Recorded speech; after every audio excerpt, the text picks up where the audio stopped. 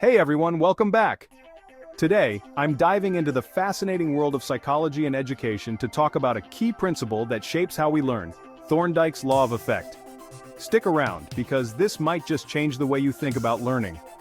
Alright, so who was Edward Thorndike? He was an American psychologist in the early 20th century, and he's best known for his work on animal behavior and the learning process. Now, Thorndike came up with a theory that he called the law of effect. In simple terms, this law states that behaviors followed by satisfying consequences are more likely to be repeated, whereas behaviors followed by unpleasant consequences are less likely to be repeated. Think about it this way. Imagine you're trying to teach your dog a new trick.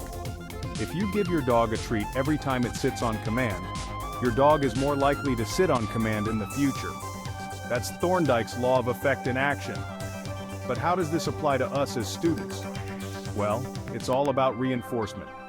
When you get a good grade after studying hard, that good grade acts as a satisfying consequence, making you more likely to study hard in the future.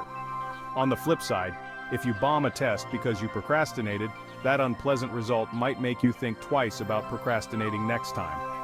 Thorndike's law of effect is basically the cornerstone of what we call operant conditioning.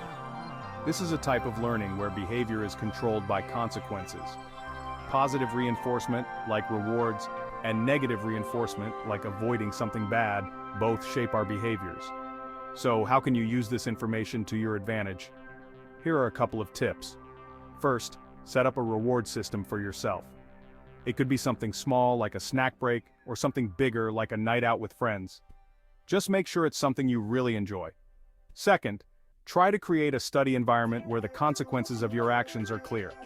For instance, if you know you have a big exam coming up, remind yourself of the positive outcomes of doing well, like getting into your dream college or landing your ideal job. And don't forget, it's not just about positive consequences. Sometimes, recognizing the negative outcomes of not putting in the effort can be just as motivating.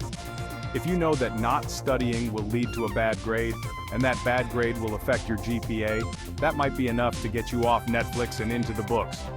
So, there you have it. Thorndike's law of effect in a nutshell.